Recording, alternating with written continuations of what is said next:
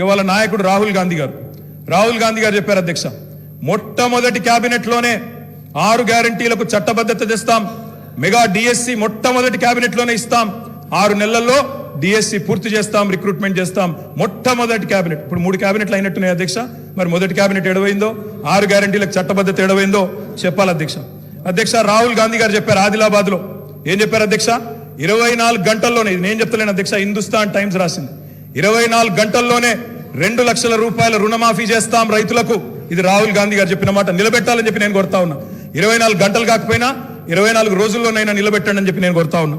అధ్యక్ష వారు చెప్పినారు కౌలు రైతులకు బీమా రుణాలు, కౌలు రైతులకు బీమా, కౌలు రైతులు ఎదురు చూస్తున్నారు రాష్ట్రంలో, మరి రుణాలు ఇవ్వమని కోరుతా ఉన్నారు. అధ్యక్ష ఇది రేవంత్ రెడ్డి గారు చెప్పారు, కేసీఆర్ ఉంటే 5,000 వస్తాయి, కేసీఆర్ ఓడిపోతే 15,000 వస్తాయని చెప్పి డిసెంబర్ 9 నాడు స్వయంగా రేవంత్ రెడ్డి గారు చెప్పారు. ముఖ్యమంత్రి పదవిలో కూర్చున్నారు. మరి వారు డిసెంబర్ 9 దాటిపోయినట్టుంది. ఈ రోజు డిసెంబర్ 16 అనుకుంటా, 15,000 ఎడబోయినాయని చెప్పి రైతులు అడుగుతా ఉన్నారు. రేవంత్ రెడ్డి గారు మీరు సమాధానం చెప్పేటప్పుడు చెప్పాలని కోరుతా ఉన్నాం.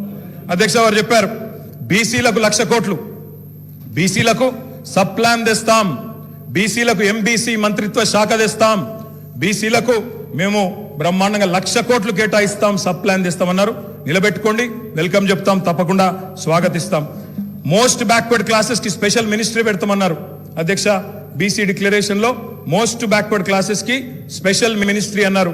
ఇప్పటిదాకా కదలికున్నట్టు లేదు.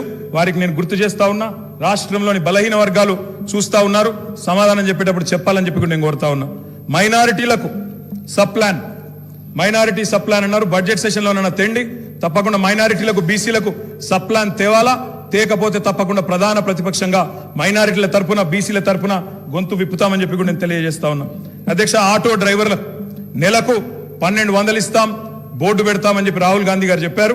తప్పకుండా నిలబెట్టాలా, 7 లక్షల మంది ఆటో డ్రైవర్లకు ఇస్తామన్నారు, నిలబెట్టుకోవాలని చెప్పి నేను కోరుతా ఉన్నా. రాష్ట్రంలోని తమ్ముళ్ళు ఎదురు చూస్తా ఉన్నారు.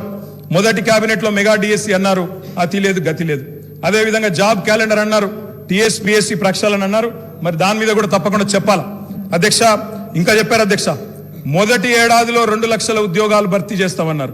ఆ ఉద్యోగాల వివరాలు ప్రకటించాలని చెప్పి నేను డిమాండ్ చేస్తా ఉన్నా, తప్పకుండా చేయాలని చెప్పి కోరుతా ఉన్నా. ఇక మా సోదరుడు వివేక్ గారు కూడా మాట్లాడినారు అధ్యక్ష. మా వివేక్ అన్న కూడా చెప్పిండు 40,000 ఉద్యోగాలు ఇస్తా చెన్నూరులో అని చెప్పిండు అధ్యక్ష. చెన్నూరు ప్రజలు ఆశగా మా వివేక్ అన్న గురించి చూస్తున్నారు. తప్పకుండా 40,000 ఉద్యోగాలు ఇవ్వాలని చెప్పి కూడా నేను కోరుతా ఉన్నా అధ్యక్ష. అధ్యక్ష ఇంకా చాలా చెప్పారు అధ్యక్ష. ఇట్లా హామీలు 1-2 కాదు అధ్యక్ష, చాలా చాలా చెప్పారు. We welcome it. మీరు నిలబెట్టుకోండి, తప్పకుండా నిలబెట్టుకోండి, తప్పకుండా బ్రహ్మాండంగా పనిచేయండి. మేము చేసిన దానికంటే ఎక్కువ పని చేయండి, మేము చేసిన దానికంటే ఎక్కువ పేరు సంపాదించుకోండి. 64 కాకపోతే ప్రజలు మీకు ఇంకా ఎక్కువ ఆశీర్వాదం ఇస్తారు, తప్పకుండా చేసుకోండి, మాకు అభ్యంతరం లేదు.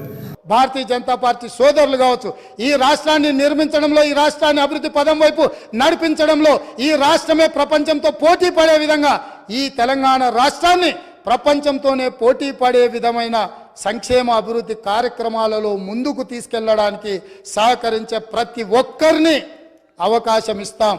అదేవిధంగా ఇవాళ మీరు ఏదైతే మాట్లాడుతున్నారో ఈ సభలో కొంచెం ప్రిపేర్ అయి రాండి, చదువుకొని రాండి, అవగాహనతో రాండి, అంశాలను ప్రస్తావించండి. నా నూతన సభ్యులకు కూడా దాదాపుగా 50 మంది సభ్యులు మొదటిసారి ఎన్నికై సభలోకి వచ్చిండ్రు. వాళ్ళందరూ మనల్ని చూసి నేర్చుకోవాలి. ఎమ్మెల్యే పదవి అనేది తాత్కాలిక ఉద్యోగం కాదు, లేకపోతే ఎమ్మెల్యే పదవి అనేది కొంతకాలం ఉండి తర్వాత పోయేది కాదు. ప్రజా జీవితంలో ఎమ్మెల్యే అనేది ఒక బాధ్యత.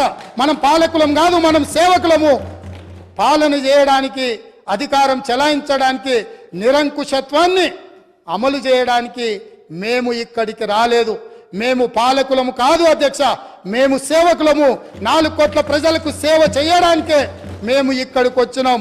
మీరు ఏ న్యాయబద్ధమైన సలహాలు సూచనలు ఇచ్చినా తప్పకుండా అనుమతిస్తాం. ఒకవేళ ఇక్కడ మీకు న్యాయం జరగలేదు అనుకుంటే మీరు నిరసన తెలుపొచ్చు, ధర్నాలు చేయొచ్చు. ధర్నా చౌక్లో మా మిత్రుల ఆమరణ నిరాహార దీక్ష చేయొచ్చు. తప్పకుండా ధర్నా చౌక్ను తిరిగి వాళ్ళు వినియోగించుకొని ధర్నా చౌక్ను మళ్ళా ధర్నాలు చేయొచ్చని మళ్ళీ ముందుకు రావాలి. వాళ్ళలాగా నిషేధితపు ఆలోచనలు కానీ లేకపోతే ఫ్యూడల్ విధానాలు కానీ కాంగ్రెస్ పార్టీ ఎప్పటికీ అమలు చేయదు. మళ్ళొకసారి ఈ అవకాశం ఇచ్చిన మీకు, ఒక మంచి సాంప్రదాయానికి తెరలేపిన గవర్నర్ గారికి ధన్యవాదాలు తెలియజేసుకుంటూ సెలవు తీసుకుంటున్నాను అధ్యక్ష.